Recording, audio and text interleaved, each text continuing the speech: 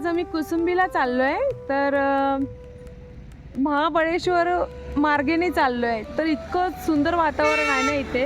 आता हा व्हिडिओ जिथे बनवते ना ते अगदी म्हणजे इतके उंचावरती आहे. आम्ही खूप टोकावर आलेलो आहे. खूप सुंदर वातावरण आहे. दाखवते तुम्हाला आम्ही कुठे बसून हा व्हिडिओ बनवतोय. तर आता आपण कुठून आलोय? आम्ही कल्याणवरून व्हाया कोकण हायवेने पोलादपूरवरून लेप मारून पोलादपूर महाबळेश्वरच्या आधा टॉपला पोहोचलोय. एकदम टॉपवर आहे ना. खूप छान. आम्ही दोघंच आहे म्हणा. 1-2 किलोमीटर लांब आहे महाबळेश्वर. किती? 1-2 किलोमीटर. 1-2 किलोमीटर लांब आहे.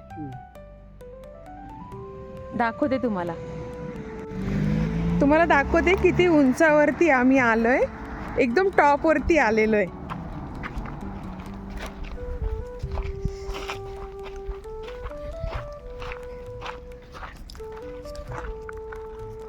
हे बघा.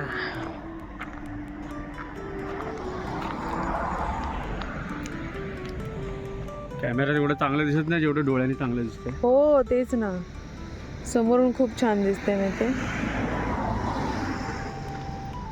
मस्त.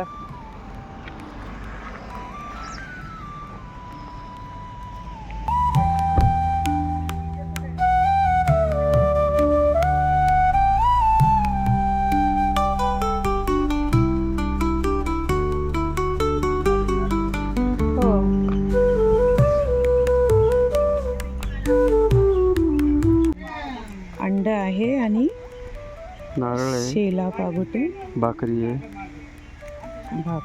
भाकरीचा तुकडा, आबीर, गुलाल, अगरबत्ती, सिगरेट. देवीला जाण्यापूर्वी आम्ही म्हसोबाला आलो. म्हसोबाला इथे हे ताट वाहिलं.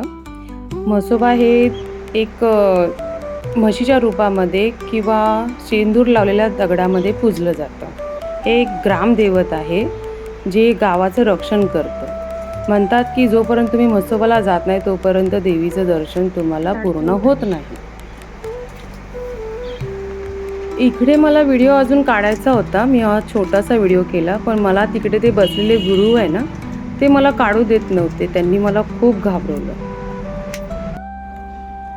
हे मंदिर कुसुंबी गावात आहे आणि कुसुंबी गाव हे मेढ्यापासून 7 किलोमीटर अंतरावर आहे.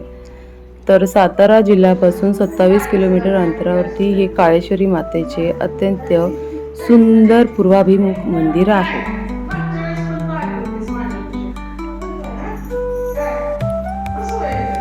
मंदिरात गेल्यावर कुसुंबी काळेश्वरी मातेच्या उजव्या बाजूस मातेची थोरली बहीण मांढरदेवी तर डाव्या बाजूस वाकणची काळूबाईची मूर्ती आहे. याचबरोबर मंदिरात दुर्गादेवी, भैरवनाथ, केदारनाथ, रुद्राई देवी आदी देवतांचे मूर्तीची स्थापना केलेली आहे.